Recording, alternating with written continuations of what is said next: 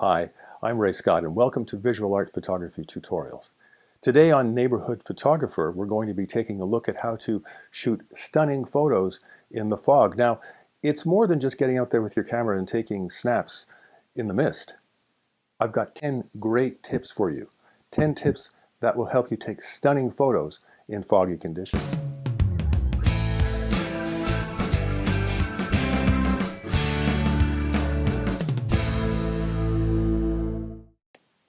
Whether you're living in an area that has fog often, or whether it's just something that happens sometimes in the morning, there are lots of things that you can do with your images in the fog.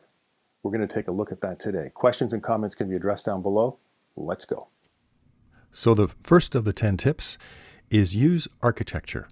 Try to find interesting structures when you're out there, things with all kinds of angles and curves and lines and things like that. And then if you can, try to frame the sun or something like that. But anyway, this is kind of interesting. And it's all about getting mood and creating a feel. I think that's what fog is all about, because it's concealing a little bit too, right? Fog, that's what it does. It doesn't allow you to see everything clearly. And that, of course, is the beauty of it. So don't be afraid to use structures as you're going out in the fog. And even move closer and get the disc. Now, this is something that happens when the fog is burning off. If you have a day that is really, really foggy, you're not going to see any sun coming through it. But as it starts to burn off, if you're in a situation where the fog is not going to be there all day, it's just one of those early morning things, then you will see that disc, but it won't last long, so you have to move quickly. And that is tip number 2. Be aware of the sun disk and get up early and get out there and move quickly, because things will change rapidly as the fog burns off. Here's a perfect example. Seriously, 2 minutes before this, you could not see the lighthouse, you could not see the cliffs, you couldn't even see this scrub grass in front. That was 2 minutes before I took this shot. 2 minutes later, it looked like this. The fog was almost all gone. That's how quickly I had to move to go from this 2 minutes later to this. So that's tip 2. Be aware of the sun disk and get up early and move quickly when you're there. It's also great when you're taking fog pictures to use people. People add so much to a picture of fog. I don't know what it is, but something about people coming out of the fog or just being in it is very mysterious. So you have these two people on the beach in the morning taking a stroll, but the fog really adds something to it. Same here, this gentleman getting ready to do a little fishing or something with that boat, and he's in the fog, and it just adds something, a feeling. It's all about mood when we're talking about the fog. Doesn't hurt to show a typical environment. If you're in a situation where it's marine and you're down by the sea, by the ocean, that kind of thing, you often see things like this. And in the fog, they almost look desolate. They look like they've been abandoned, and they have, but the fog just adds to that feeling. I just love that kind of thing. And again, here, the environment. So tip 4, show a typical environment. Now, tip 5 is put something close, something in the foreground, and it will be clear, like this tree. And it kind of plays off of what's going on in the background. You have this thing that's very clear, and then in the background it's very foggy. And it gives you a bit of a contrast, and it can sometimes really work well. Again here, a structure, a home, but in the background, you see the cliffs in the fog, and it adds that mystical feel to it. Here, you have these small trees or shrubs in the foreground, but now look what's happening.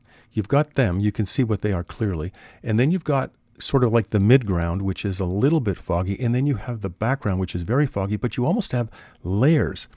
And that's what's really, really nice when you're out there early in the morning, because you've got these layers, and look for that.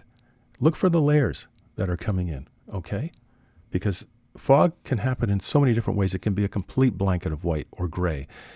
It can be barely there. It can be lots of different things. Look for fog moving in or out. Okay, that's tip 6. Look for fog moving in and out. Now, there's a few things going on in here. You've got the clarity in the foreground. We've talked about that before. But now you've got this fog in the distance, and it's over the hills, and it was moving quickly. It was going back and forth. This is what often happens when you're around the ocean. It's very unpredictable. Here's another case. Now, again, 5 minutes before this shot, you could barely see these structures. It was completely foggy, and then the fog rolled out. And it was just rolling out, and I captured this as it was rolling out. And you can see the sun. The sun came out. So, tip 6. Look for fog pulling in or pulling out. Now, when you're shooting fog, exposure is critical. Now, the tip here is overexpose by about a stop, but don't always do that. That is just a place to get you started. What happens is you're shooting this fog, and depending on how thick the fog is, your camera meter is thinking all this white, and it wants to underexpose usually, but not always.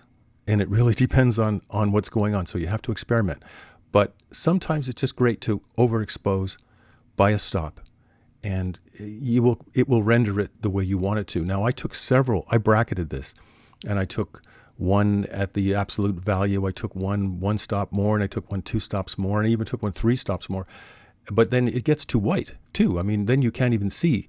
So it's a fine balance about looking at the subject, being able to see the subject, but not being disturbed that you can't see it that clearly, because you don't want to see it that clearly. You want to make sure that it looks foggy, but it's a fine balance, and you have to play with that. And of course, as always, it's to taste. It depends on exactly what you're trying to render in the end.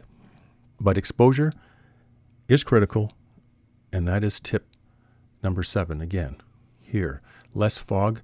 It had rolled out, and you've got that clarity in the foreground and a little bit of mist in the background. We touched on this a little bit before. Look for the layers, okay? Depending on how the fog is moving or what kind of fog you have around you. Here you have the layers, and it adds a 3-dimensional quality to your image when you have layers, if you're fortunate enough to have that effect with your fog. Here, it's just barely there. It's like a mist almost floating over the water, but it's fog, but it's very thin, and it's moving around. A different effect. So look for layers. That's tip 8. Tip 9, lighting is critical, because lighting is going to dictate the mood and the mystery. All right. Now, again, it's warm. It's coming in, and it just creates a different feel. So lighting is really important. And you see in the background, all the trees are in fog. This one I turned to black and white. You get the feel. It's about lighting to get the mood. And the final tip, tip 10, is depending on where you are, especially if you're around the ocean and it's moving in and out, sometimes it's like you're photographing in a cloud, and there can be lots of water in that fog. And if your camera's not waterproof, you could have some problems. So you may want to use a rain cover depending on what kind of fog you're shooting in. The next time fog rolls into your area, I strongly encourage you to get out there with your camera and see what you can come up with. Until next time, I'm Ray Scott, reminding you it's not what you see, it's how you see it. And I'll see you soon.